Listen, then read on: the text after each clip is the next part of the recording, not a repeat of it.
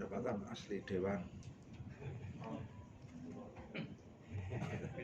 Nggak bisa. Tolong dilanjut. Oh ya. Ya, materinya cepat saja Bapak Ibu, karena Bapak Ibu sudah ahlinya ya. Ahlinya ahli. Jadi kayak kalau nanti kan waktu gitu ya, tapi nanti sharing saja. Dan tadi beberapa pendapatan asli dewan. Jadi Bapak sekarang sedang menerima musibah namanya COVID, Ibu Bapak juga menerima musibah karena Perpres. Ya, caranya bagaimana Bapak Ibu? Nanti caranya salah satunya adalah melalui optimalisasi pendapatan asli daerah. Jadi kalau di DIY Bapak Ibu karena perjalanan keluar daerah itu lalu tidak menarik lagi, maka mendesain bagaimana memperbanyak perjalanan dalam daerah. Kemudian pimpinan dan anggota mendesain bagaimana bisa melakukan sosialisasi terus menerus sesuai dengan konsistensinya di diri. Maka terus pendapatannya mulai balance lagi.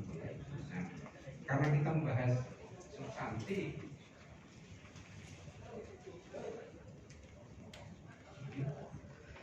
ini Bapak, jadi itu ada undang-undang yang menamakan pajak daerah dan retribusi daerah. Kunci pajak dan retribusi daerah itu harus ditetapkan dengan peraturan daerah. Konon ahli menyatakan no taxation without representation. Jadi tidak mungkin pajak dilakukan tanpa persetujuan Dewan Perwakilan Rakyat. Oleh sebab itu, ketetapan ingin meningkatkan pendapatan tergantung juga keputusan politik yang akan diputuskan melalui DPR. Kemudian tahun 2020 ada perubahan tentang pajak dan retribusi daerah. Terakhir kita menggunakan Undang-Undang 28 2009. Tulisannya nggak jelas, Pak. Kalau yang sini Pak?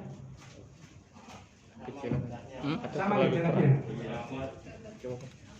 Saya buktikan kalau itu nanti awalan saja. Nah, alhamdulillah. Masih kurang besar Pak. Ini tulisan biasanya untuk. Baik Pak, saya sambung pelan-pelan dulu. Dasarnya itu, kemudian terakhir dengan undang-undang yang berbalik semuanya dengan undang-undang pajak dan retribusi daerah. Seberapa besar ya Bapak undang-undang ini diamanatkan? Pertama tentu ingin memperbaiki konstruksi tentang pajak dan retribusi. Kalau di daerah ya pajak dan retribusi daerah. Kemudian berikutnya Ibu Bapak juga ingin menguatkan perpajakan yang di tempatnya Ibu Bapak semua di mancanegara. Salah satunya. Kemudian juga dalam rangka meningkatkan efektivitas pengawasan penguatan daerah. Salah fungsinya adalah di tempat Ibu Bapak semua. Pengawasan itu. Karena Bapak punya 3 fungsi yang sangat kuat ya. Salah satunya adalah fungsi pengawasan. Ya kan Bapak Ibu setahun harus ngoyak-ngoyak buat perda, desain saja tujuan pengawasan dilakukan. Jadi nanti kegiatannya digeser dari membuat perda yang begitu rumit menjadi fungsi pengawasan produk hukum yang telah dikeluarkan dilakukan oleh Ibu Bapak semua. Nanti muncul aktivitas di pansus, bentuknya pansus pengawasan. Itu akan lebih simpel Bapak. Kemudian juga dalam rangka menyempurnakan pengelolaan pajak dan retribusi daerah. Jadi ini harapan-harapan yang tertuang di undang-undang pajak yang kita ikuti sekarang ini. Tetapi mari Bapak kita cek lagi definisi tentang pendapatan asli daerah. Jadi pendapatan asli daerah yang didesain oleh Bapak Ibu semua itu adalah pendapatan keseluruhan yang bisa diperoleh melalui pungutan-pungutan yang diatur oleh undang-undang. Sampai ke daerah Bapak menyusun peraturan daerah. Kalau di DIY sama Bapak Ibu, walaupun daerah istimewa tidak boleh melampaui undang-undang yang lebih tinggi, yaitu undang-undang tentang perpajakan tadi. Secara operasional Bapak Ibu, saya hanya cek di struktur APBD. Saya sering menyebutnya struktur APBD itu tabel T. Kenapa T? Ibu Bapak, terdiri dari 3 komponen, ya. Komponen pendapatan, komponen belanja, komponen biaya. Makanya 3 pilar itu saya sebut tabel T. Tetapi Ibu Bapak, seringnya kita asik di konsep ini. Bukan ini, tapi kita asik di konsep ini. Jadi apa ya? Jadi kita sering lupa mendiskusikan bagaimana mengoptimalkan pendapatan daerah yang terdiri dari pajak daerah, retribusi daerah, pendapatan lain-lain yang besar, termasuk kekayaan lain yang dioptimalkan. Sementara kita sering membahasnya di sini, Pak. Belanja, belanja, dan belanja tanpa melihat kemampuan keuangan daerah. Apalagi yang kesini, Pak. Sehingga kalau kita lihat Bapak Ibu dari struktur tabel T APBD Ibu Bapak semua menguatkan kita bahwa pentingnya peningkatan pajak daerah, retribusi daerah sampai dengan komponen lain-lain pendapatan asli daerah yang sah dengan berbagai macam cara secara legal bisa dioptimalkan. Maka nanti Bapak Ibu bisa melihat apakah sudah seimbang antara yang didapat dengan yang dibelanjakan, khususnya berkenaan dengan pendapatan asli daerah. Bapak Ibu, dengan struktur semacam ini, mari kita cek ini anggarannya Ibu Bapak. Jangan yang Purworejo, Mas. Materinya, ya. Materinya benar salah ini. Cek lagi, Mas. Kalau enggak lagi ini. Nah, maaf ya, nanti kirim. Sudah saya kirim ke panitia loh. Nanti kita bisa cek nih Bapak, pendapatan asli daerah Bapak berapa, kemudian bandingkan dengan belanjanya. Bapak nanti tertegun antara pendapatan asli daerah bila dibandingkan dengan belanja pegawai saja, itu tidak hanya minus, Pak. Manis. Tidak hanya minus. Ada yang cek?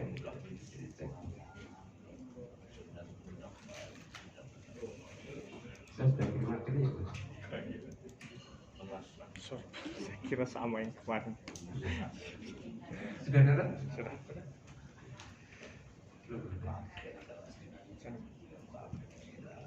Ini Pak, mungkin juga terlalu kecil Pak ya? Kurang gede. Iya. Yang satu ya. Di zoom. Sambil saya bacakan Pak ya. Pendapatan asli daerahnya Bapak 287 miliar. 287 miliar. Kalau ini APBD Bapak 2021 Pak. Yang 2022 belum bisa diekspos. Nah, masih dalam evaluasi Pak.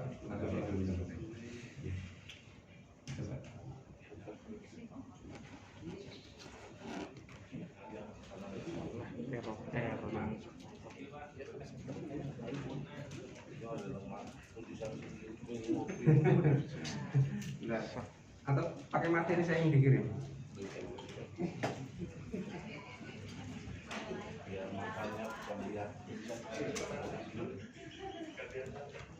Bentar ya Bapak Ibu supaya Bapak belum, soalnya ini soal angka.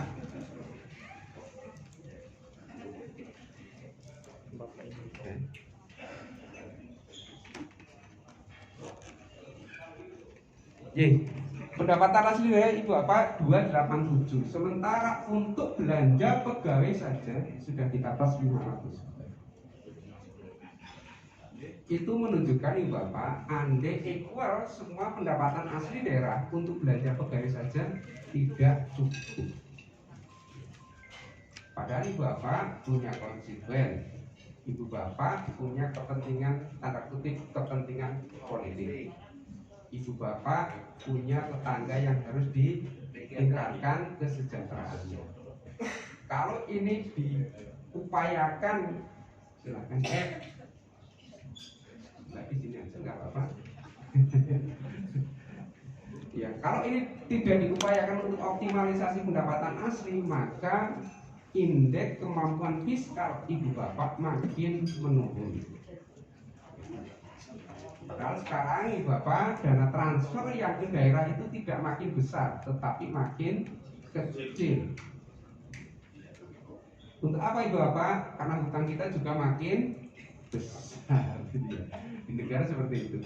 Sehingga ibu bapak dengan konstruksi APBD 2021, kami belum bisa menggambarkan APBD ibu bapak yang direncanakan untuk 2022, maka sesungguhnya perlu dilakukan segera mencari potensi dan peluang upaya peningkatan pendapatan asli daerah itu sendiri. Kalau ini tidak dilakukan maka makin lama karena tuntutannya kan makin tinggi Bapak Ibu ya. Tuntutan pelayanan ibu bapak juga makin tinggi, kebutuhan masyarakatnya makin tinggi. Seterusnya maka akan terjadi minus terhadap pembelanjaan daerah. Walaupun kami lihat di 2021 Bapak Ibu defisitnya hanya sekitar 3,1 kalau tidak salah. Cukup kecil Pak. 67 miliar sekian gitu. Nah, 67 miliar ini Bapak Ibu kalau ada hambatan berkenaan dengan taruhlah salah satu dana transfer di AU-nya terkurangi saja, Bapak Ibu akan mengalami defisit sesungguhnya. Sehingga ibu bapak perlu melakukan upaya-upaya konkret untuk menutup kekurangan yang seharusnya bisa dilakukan oleh Bapak Ibu, walaupun tidak bisa maksimal menutup minimal equal gitu Pak, belanja yang didominasi oleh belanja pegawai. Pemerintah pusat ibu bapak sudah mulai mencanangkan, walaupun kami kemarin juga protes Bapak Ibu, belanja pegawai maksimal 30%. Nah kalau 30% pegawainya nggak bakal ada yang bisa gajian itu. 30% total dari APBD. Kalau kita jumlah belanjanya sudah sangat besar. Ini contohnya Bapak Ibu. Jadi pendapatan asli Bapak 287, belanja pegawainya sudah 865. Ya. Ini belanja pegawai Pak 265. Sehingga dari sini saja satu komponen belanja itu sudah tidak equal dengan pendapatan asli daerah. Pajak daerah ibu bapak 67 miliar. Ya. Retribusinya di angka 26, kemudian hasil pengolahan kekayaan daerah yang dibisahkan di angka 16. Lain-lain pendapatannya cukup besar, ada 176 miliar sekian. Jika dengan komponen seperti ini Bapak Ibu, ya, ini sudah jomplang Pak, ditambah Bapak Ibu pada komponen ini. Ini ciri Bapak Ibu, ciri belanja barang dan jasa ini cirinya adalah ciri administratif. Jadi seringnya Bapak Ibu, nanti Bapak Ibu silakan cek ke OPD-nya, mitra OPD-nya masing-masing. Jangan sampai biaya proses lebih besar daripada output yang dihasilkan dari kegiatan. Nanti akan kelihatan Pak dari sini. Ya. Biaya proses lebih besar dari output yang dihasilkan. Jadi, cirinya apa Bapak Ibu? Di semua kegiatan yang diusulkan oleh OPD ada timnya. Itu salah satu timnya. Kalau ada timnya berarti perlu ATK-nya. Kalau ada ATK-nya berarti sekarang teknologi sangat canggih, cukup flash disk dan sebagainya gitu ya. Itu mesti ada komponen-komponen belanja yang mengikuti. Supaya lebih meningkat, optimalisasinya adalah komponennya di sini. Belanja modalnya ditingkatkan. Karena ini terkait dengan akses Bapak Ibu ke konstituen sebetulnya. Belanja modal itu. Tujuannya Bapak Ibu supaya bisa memompa layanan dasar di Banjarnegara, menopang peningkatan pendapatan daerah atas servis pemerintah daerah, tanda kutip pemerintahan daerah. Belanja modalnya juga kecil Pak nih, hanya di angka 375, lebih kecil dibandingkan dengan belanja barang dan jasa. Boleh tanya Pak? Ya. Silakan Pak. Matur nuwun dicekati dengan jalan. Silakan Pak. Nuwun asmu.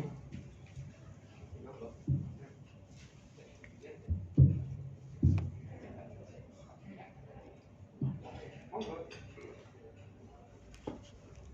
Ini tema yang Bapak ambil pada tingkat kali ini kan tentang optimalisasi PAD. Kami mengambil contoh yang sangat sederhana saja di Raja Negara. Agus Junedi, Mas Pak Agus nggih. Golkar Pak, Golkar. Sudah pindah Golkar ya? Sudah Pindah Golkar itu. Golkar ya. Iya. Saya keringan kalau Pak Agus itu keringan saja dulu zaman jadi lurah Pak. 63% menang Pak. Nama Pak. Dulu tak sekarang Pak. Tapi boleh diulangi kok Pak. Oh gitu ya. Kalau Pak Agus ini tim Pak saya kemarin. Begini. Saya mengambil sampel sederhana saja terkait pengelolaan parkir.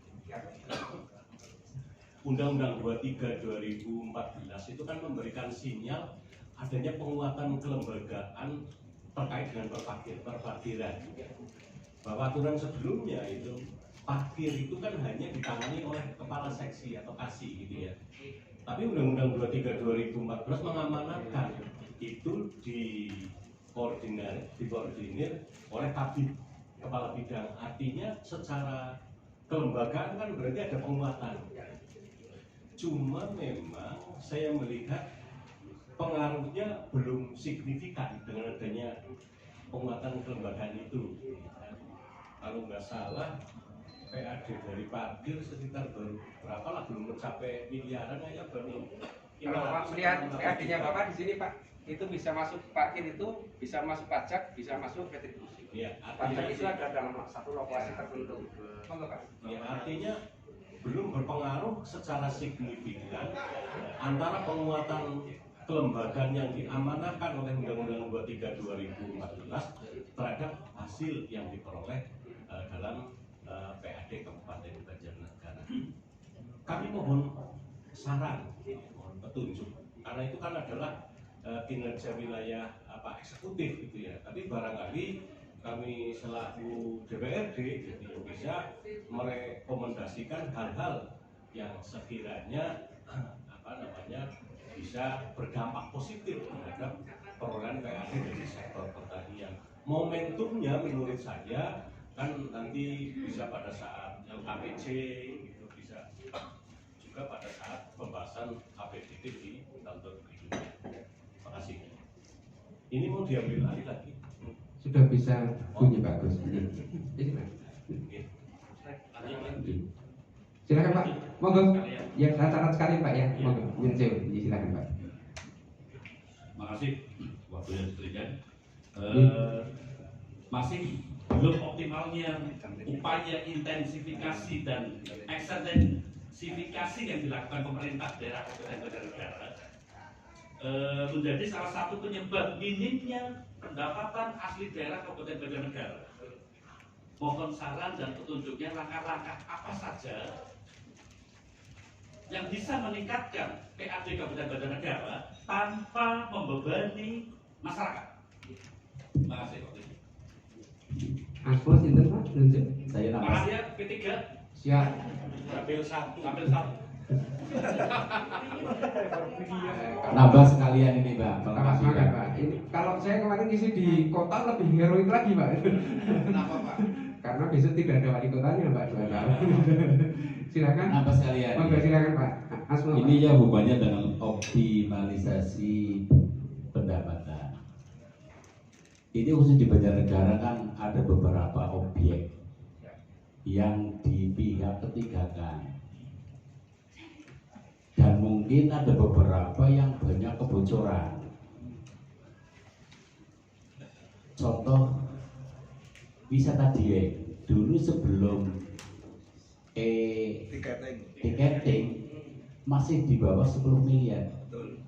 68. Tapi setelah tiketing melejit sampai 14 sekian miliar.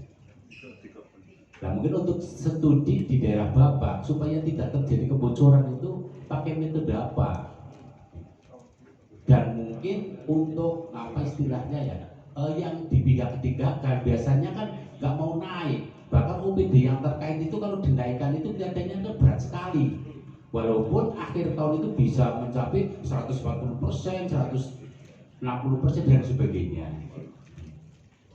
Saya kira hanya itu yang kami sampaikan. Terima kasih. Wassalamualaikum warahmatullahi wabarakatuh. Kalian mungkin Pak, Monggo Pak, silakan itu Pak. Golkar tadi Pak, mau ditanya.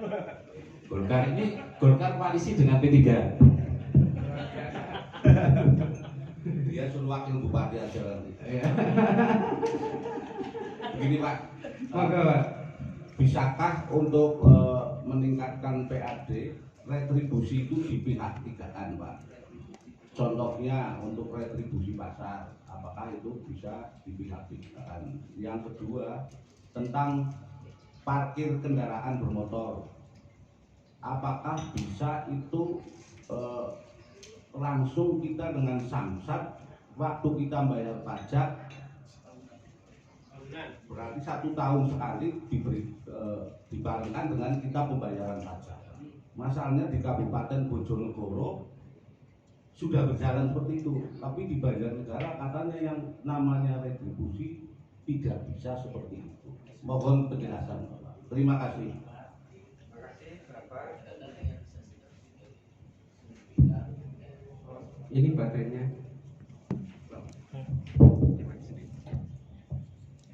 Jadi 4 dulu ya Ibu Bapak. Baik, nanti ibu-ibunya setelah itu. Yang terakhir menjawab apakah retribusi bisa di pihak ketiga kan? Yang bisa dilakukan adalah Bapak kerjasama dengan pihak ketiga Pak. Karena sebenarnya retribusi itu adalah pemerintah atau warga, terutama pemerintah tidak menerima manfaat langsung, itu konsepnya retribusi. Sehingga daya paksanya itu harus diperdah, itu kewajiban masyarakat karena tidak menerima manfaat langsung. Ya. Kalau retribusi kan menerima manfaat langsung Pak. Sehingga kalau di Bojonegoro bisa seperti itu lompatan hukum kalau saya bicara. Tadi konsepnya apa? Sudah berjalan, betul ya? Iya. Retribusi parkir Iya. kendaraan Iya. itu berbarengan dengan pembayaran pajak Iya. di sana. Karena masalahnya, karena retribusi itu harus menerima manfaat langsung ketika yang bersangkutan tidak parkir terus dibebankan pajak retribusi parkir, itu sesungguhnya menjadi masalah hukum gitu ya kan, masalahnya kan itu. Tapi nanti dicek lagi Pak kedalaman informasi yang Bapak dapat dari Bojonegoro Pak. Jadi kalau retribusi itu adalah manfaat langsung yang diterima oleh penerima manfaat atas layanan retribusi. Konsepnya seperti itu Pak. Kecuali pajak. Nah kalau pajak itu mengikat, jadi karena penerimaan masyarakat tidak langsung maka dibebankan wajib mengikatnya di situ. Yang parkir itu kalau dia tidak melakukan parkir, dia tidak punya kewajiban untuk membayar parkir. Makanya parkir itu ada 2 konsep: parkir yang dipungut melalui retribusi, parkir yang dipungut melalui pajak parkir. Pajak parkir itu adalah pengelolaannya sendiri Pak. Jadi misalnya di mall Bapak tinggal pungut berapa. Kemudian yang berikutnya ke Pak tadi yang dari Golkar juga yang di belakang, untuk objek dieng sudah pakai I3T Pak. Jadi secanggih-canggihnya alat, konon ceritanya menurut para pakar, man behind the gun. Kalau dalam bahasa Jogja, man behind the gun, itu kelapa muda gitu. Iya Pak. Caranya gimana Pak? Bapak harus melakukan survei langsung, kajian dalam 1 tahun. Nanti Bapak tahu potensinya langsung. Bapak tidak usah membayar siapa-siapa, kerjasama saja dengan perguruan tinggi Pak.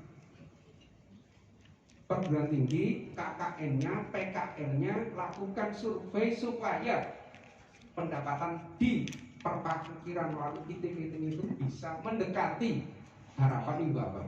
Itu free Pak, Bapak bisa menggunakan itu misalnya kerjasama dengan universitas terdekat di tempat Bapak. Misalnya ada UNSUD, ada UNWITU, ada apalagi Pak di Banjarnegara juga mungkin ada. Kan senangnya kalau KKN atau PKL kan kemana-mana. Coba saja Bapak minta ke perguruan tinggi. Di perguruan tinggi ada yang disebut Tridharma Perguruan Tinggi. Bisa menggunakan alat itu, Bapak tidak usah bayar. Anak-anak senang Pak kalau sudah dilibatkan seperti itu. Nanti ketahuan Pak potensinya. Karena tanpa tahu potensi Bapak diibulin bahasanya Pak. Ya. Walaupun sudah pakai e-ticketing. Terakhir sebetulnya sampai KPK mendorong adanya tapping box. Pernah dengar nggak ini? Tapping box kalau tappingnya dimatikan ya boxnya nggak pernah bisa berjalan, Pak. Ya kan, Pak? Sama seperti itu. Maka terus terang, Pak, itu harus dilakukan langsung survei. Dibantu aja para mahasiswa, Pak. Nanti kepala DPPKAD-nya siapa sekarang, Pak? Pak Bisuryanto yang kumisnya lebat itu ya, yang bisa nyanyi dangdut itu ya, Pak ya. Dia katanya orang kenal itu. Terkenal Pak ya. Iya, itu juga teman saya, jadi saya paham, Pak. Itu aja didorong, Pak. Jadi tidak perlu plot uang, Pak. Karena itu bisa digunakan untuk membantu pemerintah daerah.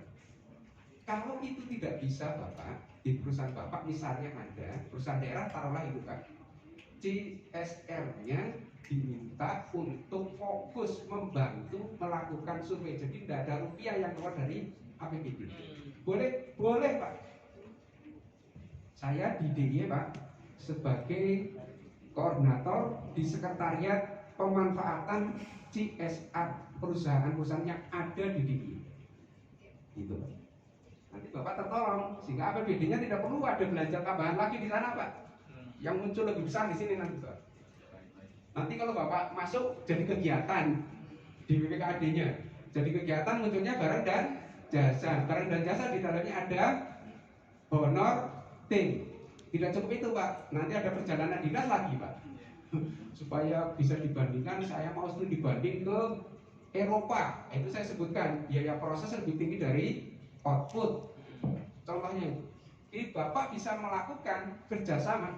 Tidak usah Bapak tinggal panggil aja kepala BPK-nya, Pak. Perintahkan itu. Sama ketika saya merangkap, saya tahu juga begitu Pak di Perkono itu. Gimana bisa meningkat pandemi kayak gini? Maka kami ambil kebijakan.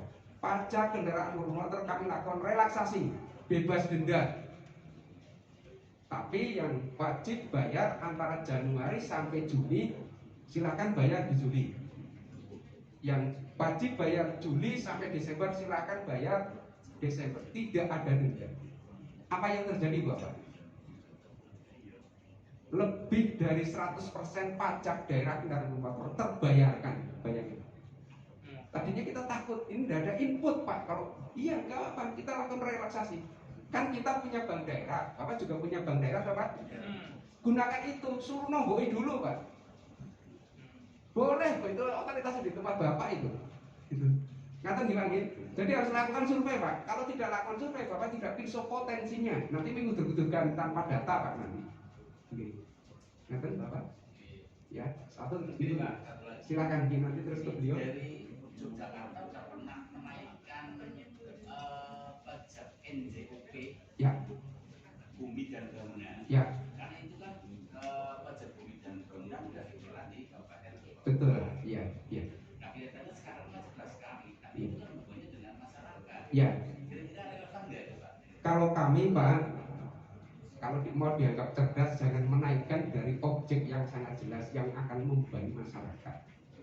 Ya. Jadi kalau akan naik pelan-pelan, Pak. Kota itu masalahnya kemarin ekstrim. Kota Yogyakarta, Pak. Genjot supaya banyak. Kalau itu, kalau dalam bahasa Jawa, merem aja bisa. Gitu.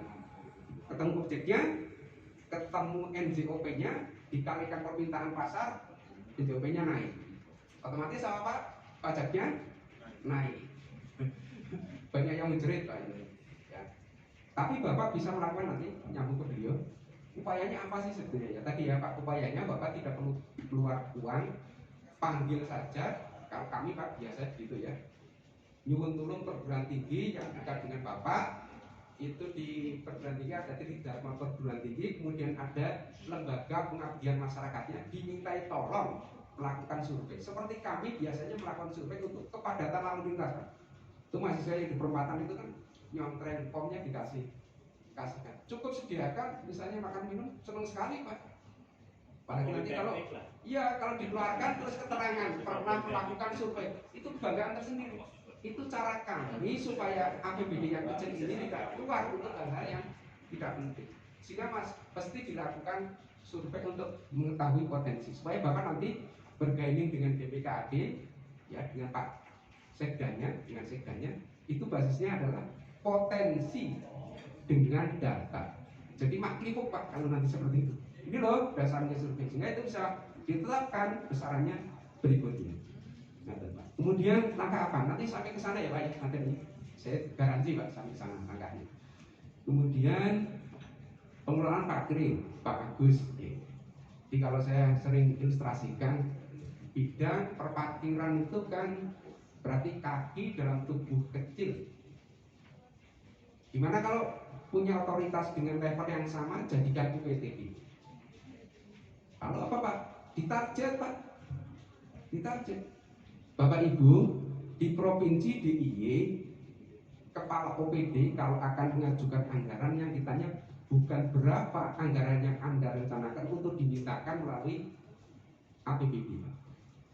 Kami balik Pak, berapa aset yang bisa dioptimalkan oleh OPD untuk meningkatkan PAB? Kita tanya dulu. Caranya apa? Ceknya sederhana Pak. Barang persediaan ibu bapak para OPD sekarang berapa? Nggak bisa jawab Pak, coba aja. Betul Pak.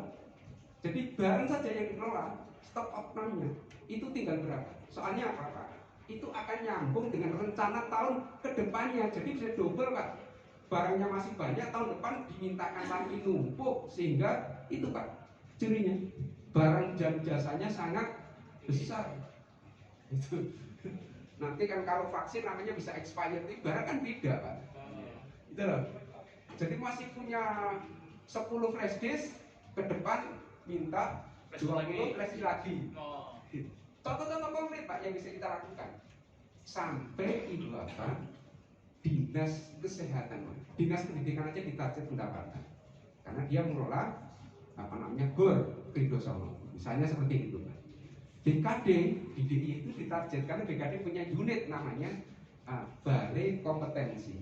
Jadi Bapak kalau ini ditingkatkan lebih waspada lagi, sama strukturnya seperti 3, tapi dia menjadi kepala sendiri bagian unit perparkiran. Coba aja cek, itu kan sampai seperti 3 Pak. Dengan dia menjadi unit perparkiran, itu optimalisasinya akan lebih besar karena dia akan mempertanggungjawabkan langsung. Lalu Bapak dengan survei yang ada, disurvei Pak, kerjasama tadi Pak, kerjasamanya tidak perlu uang Pak. Gunakan CSR perusahaan kalau perlu uang, perlu biaya. Gunakan anak-anak, kalau mahasiswa kan masih bening-bening Pak, nyatet juga nyatet sesungguhnya gitu ya. Tidak seperti di kita kan bisa by design. Nanti ketemu potensinya. Kalau ketemu potensinya berarti Bapak punya data. Kalau Bapak punya data berarti Bapak bisa melakukan targeting sesuai dengan basis data. Tentu nanti komprominya ada yang optimis, ada yang moderat, gitu kan Pak? Tapi jangan ditaruh di pesimis. Ya. Karena kalau kita merencanakan pesimis, kita tidak akan bergerak. Sehingga Bapak, kalau berkaitan dengan pengelolaan perparkiran dengan UPT tadi, menurut saya harapannya lebih baik lagi. Tapi ingat supaya tidak dempiuk antara dinas perhubungan dan dinas pengelolaan pasar. Ya ini sering ribet ini biasanya. Karena kalau ada gula pasti semutnya datang rebutan. Nah, nanti siapa Pak wasitnya? Bapak minta bagian organisasi di tempat Bapak. Untuk apa? Melakukan kajian ini. Jadi Bapak di komisi kalau satu berarti pemerintahan Bapak. Nah, pemerintahan kan mitranya salah satunya adalah bagian-bagian. Ya sekretaris daerah Bapak bisa panggil. Jadi kami memang sering seperti itu, jadi sekolahnya dipanggil itu. Karena kami itu kan punya gubernurnya adalah raja, sehingga pembahasan kabinet tidak hadir langsung, yang di depan sekda dan kami ini Pak. Jadi ya harus memahami betul karakter, keinginan dan sebagainya, sehingga sampai ke sana kita harus pelajarinya. Nah, kalau itu bisa dilakukan Bapak, di samping memandatkan kalau UPT kan jadi dia kuasa pengguna anggaran, ya Pak ya, sehingga dia bisa meningkatkan tanggung jawabnya. Caranya adalah bisa mengolah melalui bagian organisasi, dikaji kebutuhan atas ini. Karena itu sangat penting Pak, kalau tidak bocor Pak. Jadi tidak cukup dengan itikat kita saja dilakukan survei. Kalau dilakukan survei nanti dikerjakan dengan pihak ketiga, tinggal target, nunggu Bapak mendapatkan input. Kemudian yang langkah-langkah ini sudah sampai materi soalnya Pak. Sampai sini ya Pak ya. Artinya sampai sini saya matur, ini pendapatan asli Bapak 287, sementara untuk belanjanya saja di belanja operasi sudah 1,4, berarti ada minus banyak sekali. Berarti di sini ada gap fiskal antara kebutuhan dan kemampuan. Ya, ini data Bapak di 2021 Pak ini. Ya, saya situs resminya Banjarnegara. Sehingga walaupun di sini surplus Pak, minus 168 defisit ini mudah-mudahan bisa tertutup. Tertutupnya melihatnya nanti dari sini Pak. Belanja yang selalu menjadi efisien dari kegiatan ini Bapak. Salah satunya adalah lelang glosoran. Nanti dapatnya banyak sekali. Cuma gini Pak, Silakan Pak. kadang-kadang masalah PAD ini kan jadi ekonomi juga, terutama pencantumannya dalam struktur APBD. Mestinya realisasi tahun 2021 itu dipasang sebagai target tahun berikutnya gitu loh. Mestinya seperti itu. Meskipun itu melalui laporan keuangan, maksudnya validitasnya melalui laporan keuangan pemerintah daerah yang sesuai ketentuan itu dilakukan 6 bulan setelah tahun anggaran berakhir, gitu ya. Validitasnya kan itu, gitu ya. Tapi kan bisa diprediksi, misalnya sekarang bulan November gitu ya, finalnya kan untuk realisasi PAD kita sesungguhnya itu kan Desember, akhir Desember, dan finalnya lagi setelah diaudit oleh BPK kan bulan Juni 2022. Tapi sesungguhnya di bulan November ini kan sudah diprediksi berapa sih nilai kemungkinan potensi realisasi PAD. Nah itu mestinya itu dipasang sebagai target berikutnya, gitu ya. Cuma yang terjadi di Banjarnegara kan enggak pasti menaruh target di tahun berikutnya di bawah realisasi, gitu ya. Seolah-olah ada kesan untuk memberi penampakan bahwa targetnya selalu terpenuhi, gitu ya. Padahal sesungguhnya itu dalam konteks faktual itu yang menghambat pemanfaatan anggaran itu sendiri, gitu. Terima kasih. Sepakat Pak. Jadi di Bapak sudah menggunakan sistem informasi ya, tidak perlu didiskusikan mas saya. Ada sistem informasi yang di Bapak yang nggak di Komisi B2 ekonomi. Ya, disuruhkan aja biar kelihatan serius gitu. Ya pengen ini serius Pak. Ini serius, makanya saya tanya di Komisi 2 mana Bapak Ibu B.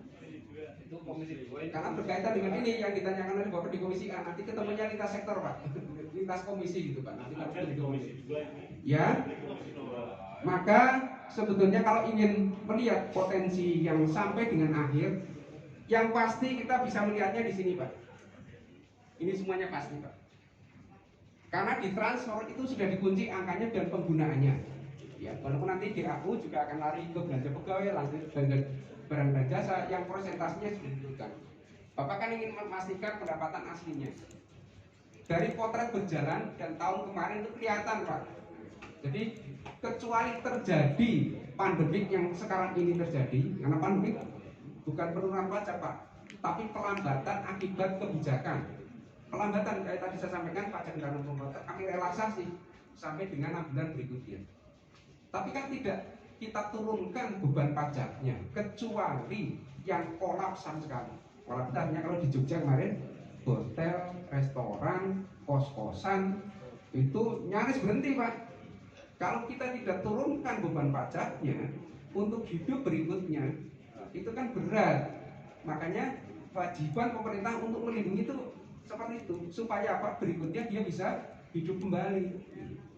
Itu contohnya, sehingga tahun kemarin pun kami melakukan penurunan terhadap orientasi pendapatan. Tapi bisa dihitung Pak, bisa dihitung Pak, bisa dihitung. Ini Pak, kalau Bapak ingin buka konsep ini di belakangnya itu ada hitungannya semua Pak ini. Makanya ketika Komisi B bisa masuk di situ. Di kami sebelum gedok itu DPRD pengen tahu dulu Pak, optimalisasi pajak daerah yang di DI itu apa saja, apa yang bisa dilakukan menjadi optimal. Itu ditanyakan di awal Pak. Ini karena ini kan kita menunggu dari pusat Pak semua ini. yang ini. Makanya diolah oleh Bapak Ibu semua. Itu ada di sini karena ini ada hitungannya semua. Bapak tidak bisa itu supaya lebih besar dari alokasinya kan nggak bisa Pak. Karena sekarang tidak bisa lobby tanda kutip ya. Maka Bapak bisa mengolah ini supaya Bapak bisa meningkatkan supaya targetnya itu tidak selalu di bawah. Maka bisa dicek kok Pak. Nah, Bapak kaget nanti di akhir tahun meningkat. Itu pertanda asumsi penerimaan pajak pada posisi negatif. Moderat aja tidak itu. Itu harus dipompa menjadi opsi positif. Posisi lebih dari tahun kemarin. Nah, nanti dia mesti ketemu upaya untuk peningkatan itu. Kepentingannya sekali lagi ada di awal di Komisi B, di Komisi Ekonomi. Walaupun nanti Bapak juga akan lari ke Komisi A karena kebijakan.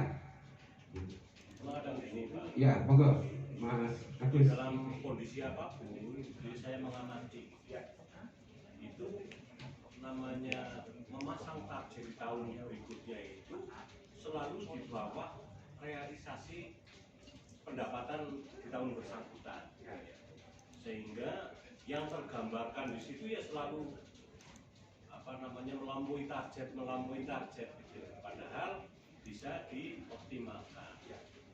Kalau toh gitu ya, karena insiden ini pandemi corona ini kan tidak tiap tahun gitu ya.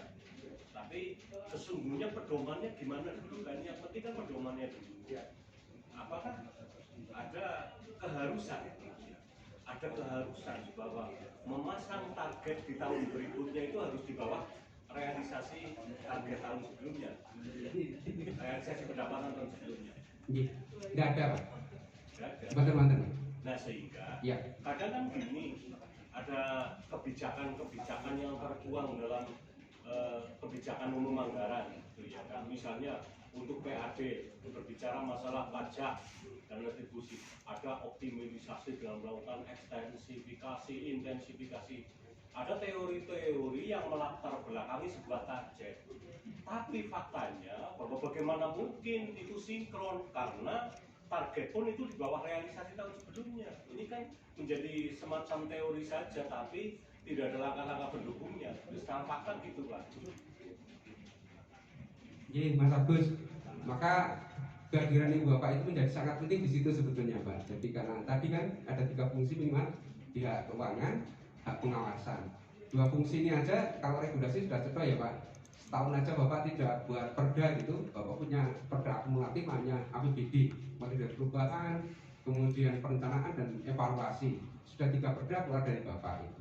Karena ini bisa dioptimalkan menjadi fokus untuk peningkatan PAD, lakukan Pak. Jadi ilustrasinya begini Pak.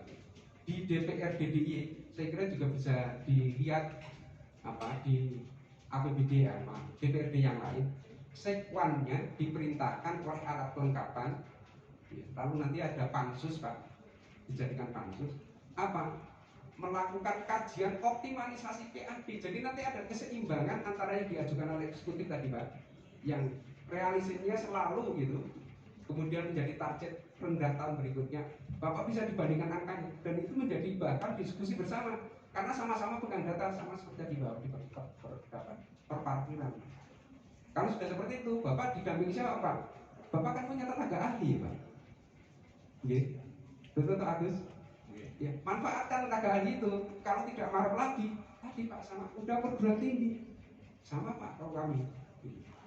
Jadi kalau diskusi di Komisi 2 di tempatnya Bapak, ketika dipaparkan akan muncul asumsi dan potensi. Asumsinya tadi kalau ada pandemik, kami tidak berani diskusi ya Pak, karena pandemik itu mengglobal, jadi menjadi alasan pembenar kalau pandemik itu. Tapi ketika menjadi mengarah ke normal, kan tidak ada pajak dan retribusi yang tarifnya diturunkan oleh Bapak. Sementara objeknya kan meningkat Pak. Iya toh Pak? Objeknya kan meningkat. Bapak promosi Dieng saja, yakin Bapak objeknya meningkat. Jelas Pak, kasat mata. Kalau di target yang sama, kalau ada hal di luar kendali, ya kan tidak di luar kendali Pak. Berarti target itu kan target sangat pesimis. Bapak bisa pompa ke moderat atau optimis. Caranya tadi Pak, kita adakan untuk kajian. Jadi nanti banyak mengaji Pak, betul Pak. Di sekretariatnya, maka tadi saya menanyakan sekretariatnya tadi melakukan kajian apa? Potensi pendapatan aset daerah kerjasama dengan perguruan tinggi. Dan perguruan tinggi sangat senang Pak itu kalau diajak kerjasama seperti itu. Karena bagi perguruan tinggi juga diberikan panggung. Ya. Banjar senang banget adanya kan politeknik. Oh, Senang ya. iya, minta tolong Pak, minta tolong ada unsur, uniku ya di tengahnya Pak ya, bisa. Bagus seperti itu, caranya gitu ya, caranya dan itu bisa apa egaliter kita bersama-sama diskusi dan itu panjang sebelum digedok karena ini akan mempengaruhi belanjanya Bapak nanti. Ini ditambah ini akan mempengaruhi belanjanya Bapak. Tapi maaf Pak, Jadi silakan Mas Agus. kalau tadi Bapak menyarankan coba kayak semacam studi banding ke Jogja. Iya, ya. Apa kan studi banding itu harus apple to apple gitu. Ya. Iya. Kalau melihat proses di Jogja itu kan proses politiknya untuk kepala daerah kan nggak dipilih gitu loh. Iya, iya. Ya, artinya langsung seorang ngarso dalam itu Ya. sinengka akan ngaluhur jumeneng gubernur kan gitu. Betul. Ya. Amanat undang-undang juga Pak. Ya, sehingga apa ada tarik ulur yang begitu kuat gitu Ya. ya antara legislatif dan eksekutif karena Ya. dari proses pengangkatannya pun keterpilihannya pun Berbeda tidak ya Pak ya. ya berbeda gitu. Iya, iya. Lawan ini. Iya. Bapak, Ibu justru karena ditetapkan dan periodisasinya tidak dibatasi, Pemda DIY itu punya resiko lebih tinggi dibandingkan yang dipilih 5 tahunan paling banter 2 kali periode. Kenapa Pak Agus? Karena sejak ditetapkannya RPJPD DIY 2005 dan nanti akan berakhir di 2025, gubernurnya itu masih sama, Sri Sultan Hamengkubuwono ke-10. Berarti apa Bapak Ibu? Yang merencanakan beliau yang mempertanggungjawabkan figur orang yang sama itu sangat berisiko walaupun kalau masyarakat Jogja ya beraninya bisik-bisik, tetapi kan punya suara 55 pimpinan dan anggota DPRD yang belum tentu satu suara, walaupun cara menyuarakannya juga tidak seperdeka ibu bapak semua. Makanya kalau di paripurna di DPR Pak itu Tapi saya kan lebih kondusif lah ya. ya kalau dari kondisi saja iya Dia lebih kondusif. ya, tapi dari pertanggungjawaban malah lebih berat Pak. Apa iya Pak? Iya, karena dia akan karena beliau akan mempertanggungjawabkan yang direncanakan di awal sampai dengan akhir RPJPD Pak. Kan Bapak kan misalnya 5 tahun berganti, berarti kan RPJPD-nya yang akan bertanggung jawab adalah bupati yang dipilih mendekati RPJPD itu. Nah dia nggak bisa tanya lah di sini kepiye, gitu kan? Ke bupati yang dulu, karena undang-undang tidak pernah memaksa, tidak bisa memaksa visi misi kepala daerah Pak. Nggak ada Bapak kalau cek. Jadi kalau kepala daerah kemarin itu visi misinya ini, nanti terpilih lagi visi misinya bisa beda, boleh nggak Pak? Boleh. Itu kesulitannya pemerintah daerah di situ. Jadi tidak nyambung. RPJP besok ingin mengubah apa tidak nyambung Pak. Nah yang nyambung itu DIY Pak. Apa contohnya? DIY ingin 2025 menjadi pusat budaya, wisata, pendidikan berkualitas se-Asia Tenggara. Ditagih betul Pak. Benchmarknya kayak apa? Kok bisa begitu? Lalu dicek di indikator kinerja gubernurnya. Itu Pak ya. Jadi kalau Bapak yang 5 tahun terakhir, nah kurang ngerti sing disik janji aku kan terus kewene diterus. Nah, kalau tidak mau teruskan kan putus Pak. 5 tahunan putus 5 tahun. Nah akhir rencana bangunan jangka panjangnya nggak bakal tercapai Pak. Itu yang paling berisiko di kami begitu. Kalau kondisi ya saya jawab. Ya. Kata nggih, lanjut ya Pak ya, biar materi ini selesai. Ini tadi ditanyakan ini yang dihadapi Bapak. Tadi ya Pak ya. Kebutuhannya tinggi, pendapatannya rendah. Perlu di tengahnya ada optimalisasi. Gap. Nanti gapnya ada seberapa, gapnya sudah terang benderang tadi Bapak Ibu gitu ya. Kemudian ini mengakibatkan fasilitas pelayanan publik masih memprihatinkan sehingga produk-produk yang tadinya bisa, tadi Dieng tadinya bisa, untuk meningkatkan, tapi akhirnya masyarakatnya tidak taat karena layanannya menurun, termasuk ketaatan bayar pajak dan retribusi. Sudah pakai e-ticketing aja tidak cukup, berarti ada cara yang bisa mengenerate ini sebetulnya ada kebocoran. Nah, caranya apa? Ada survei langsung untuk bisa membaca berdasarkan data. Ini eyal-eyalan kalau tidak berdasarkan data nggak bakal rampung Pak itu. Gitu. Ya, seterusnya memang ini jadi problem utama Pak. Seperti jalan, pasar, terminal dan sebagainya. Sehingga ada kelusuan ekonomi, akses sampai ke Banjarnegara. Padahal potensinya luar biasa Banjarnegara ini. Sekarang punya bandara ya Pak ya, Bapak ya? Purbalingga Pak. Oh, Purbalingga. Tetangganya Pak ya. Ini sering mengeluh DAU dari pemerintah pusat tidak mencukupi. Seterusnya akan begitu ini Pak. Karena nanti sebentar lagi Papua misalnya berkembang menjadi 3 provinsi saja gitu Pak.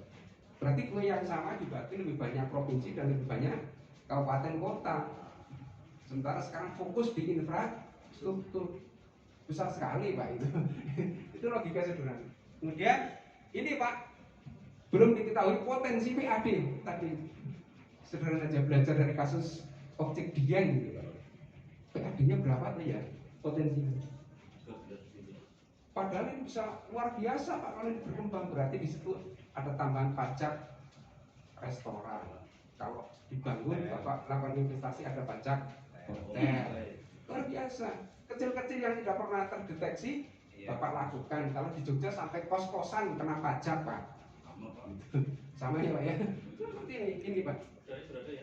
Ada perda juga tidak dilakukan aja Pak. Perda itu punya daya paksa Pak. Iya, ini kondisinya seperti itu. Mengapa Bapak Ibu? Berarti perlu ada cara atau desain bagaimana meningkatkan proyek pajak retribusi sebagai unsur. Jadi yang disusun itu pembentuk pajaknya Pak, bukan seberapa besar pajaknya. Kalau seberapa besar pajaknya tadi Pak, tahun depan PBB naik, selesai Pak, tidak berpikir apa-apa. Bapak gedok melalui perda berubah tarif NJOP, itu Bapak meremaja selesai Pak itu. Iya. Sekarang dilihat potensinya naik apa enggak, objek pajaknya naik apa tidak. Karena kalau di Jogja tanah aja sudah sangat mahal Pak. Di panjang ring road ini Pak, yang Bapak kalau keluar ketemu outer ring road, ya. Itu paling murah yang di muka, paling murah itu sudah 20 juta per meter Pak. Ini yang kemarin berhenti mau tol itu mau turun tol. Kita kan Jogja satu-satunya provinsi yang tidak punya tol Pak. Ya. Kemarin itu mau elevated nggak jadi karena investasi begitu besar, turun lagi mau lewat outer ring road yang diperluas, ternyata anggarannya tidak cukup. Sekarang mau elevated lagi, naik lagi di atas selokan Matan karena pembentuk PAD-nya sangat besar. Oke, ini filosofinya.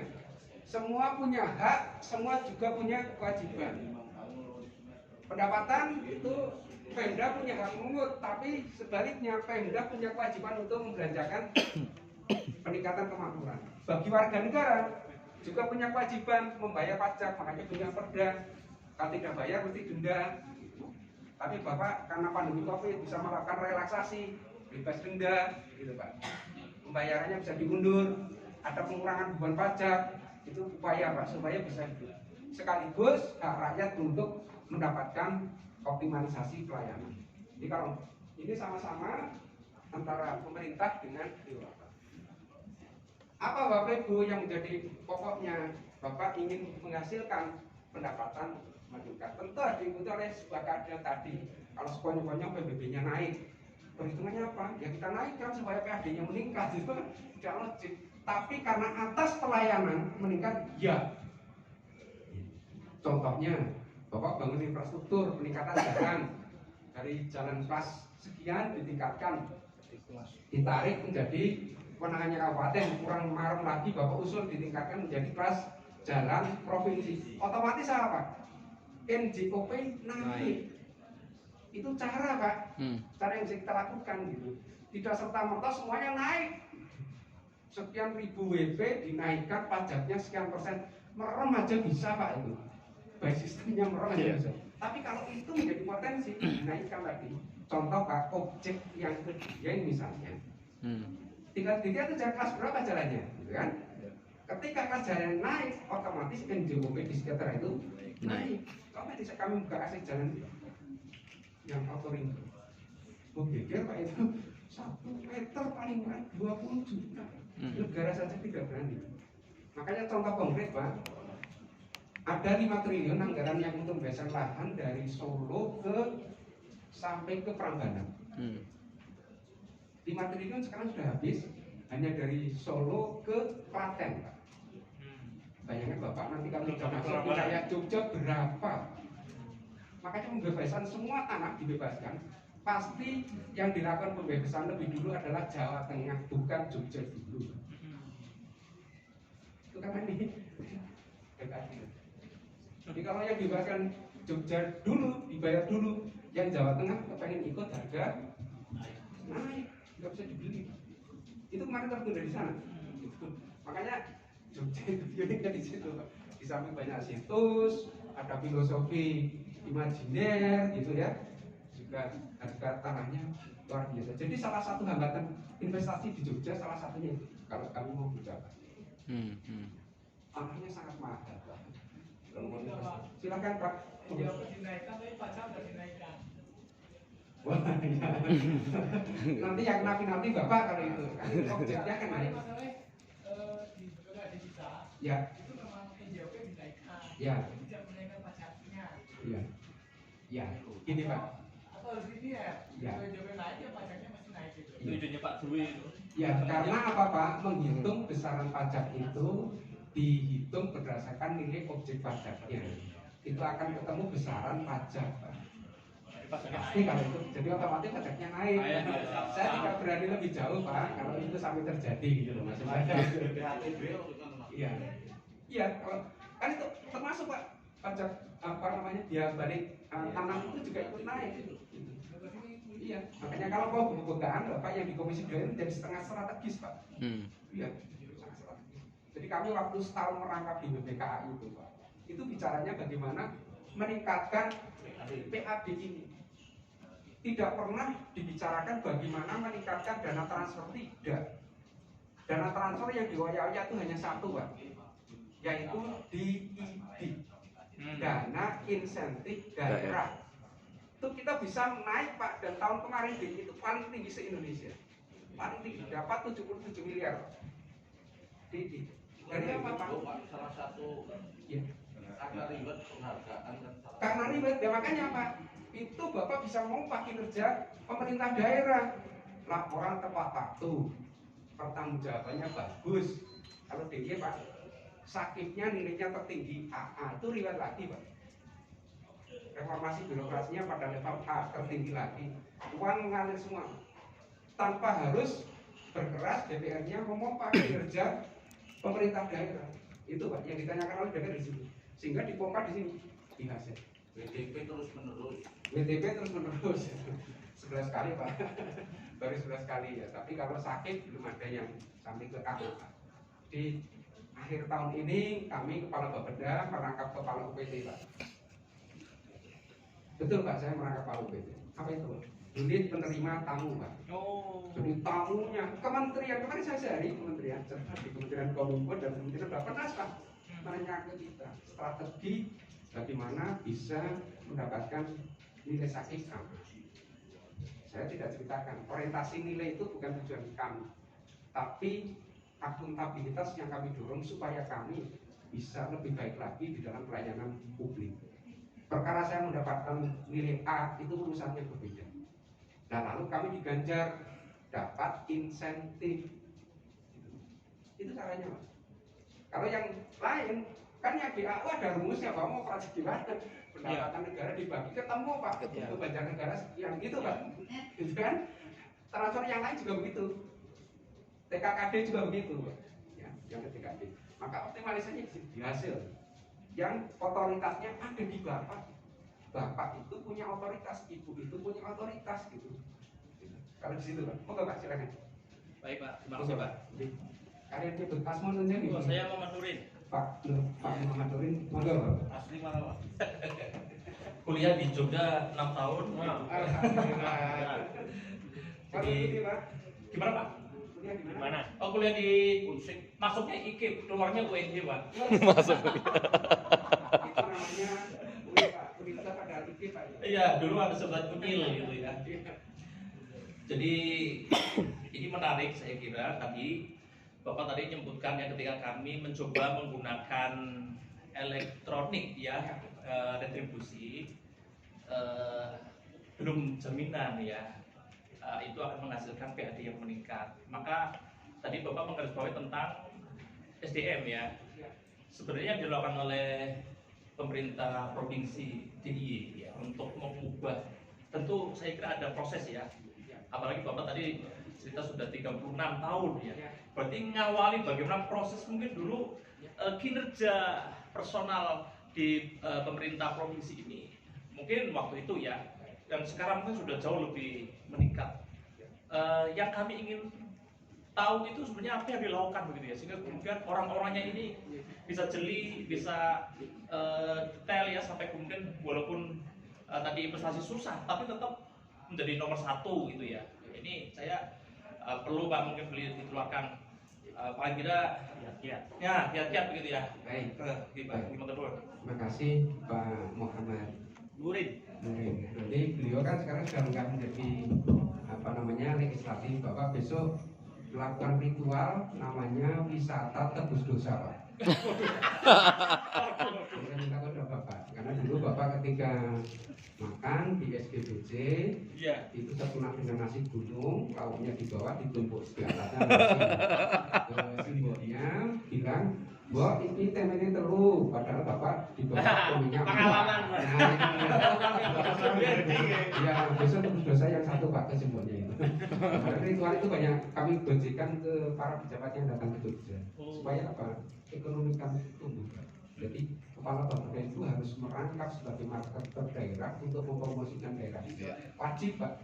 Saya siapapun. Jadi saya sangat senang ketika Bapak melakukan bimbingan di DIY. Makanya tadi tanya kok cuma 2 hari. Tidak cukup. Supaya apa? Bapak bisa belanja. Dan saya sarankan Bapak tidak belanja di mall karena mall Banjarnegara lebih baik daripada mall Jogja. Gitu. Bapak belanjalah di UMKM. Kalau mobilnya tidak muat Pak, ongkos kirimnya kami bayar melalui APBD DIY gratis. Catatannya belanja UMKM. Iya Pak, betul. Itu cara kami mendapatkan PAD Pak. Iya, dengan itu kan masyarakat kami kan berdaya. Dengan masyarakat kami berdaya, kami tidak bisa pungut. Sudah pada berdaya. Itu cara kami. Jadi sampai ke luar negeri kalau Bapak pesan barang apapun UMKM Bapak tidak boleh bayangkan ya UMKM dodolan sego di pinggir jalan. Tidak Pak, UMKM kami itu sudah naik kelas. Levelnya sudah di branding internasional, packagingnya kita dampingi, memasarkannya kita dampingi melalui penggunaan IT. Tidak punya biaya, kami minta tolong para mahasiswa yang apa belakangnya ada kom itu kita daya gunakan untuk mendampingi. Senang Pak, free semuanya, tidak ada keluar APBD, gratis. Nah, bagaimana kami mengubah pola? Proses panjang Pak. Salah satunya kami merubah paradigma inspektorat. Inspektorat kan APIK ya Pak ya. Berarti dia kan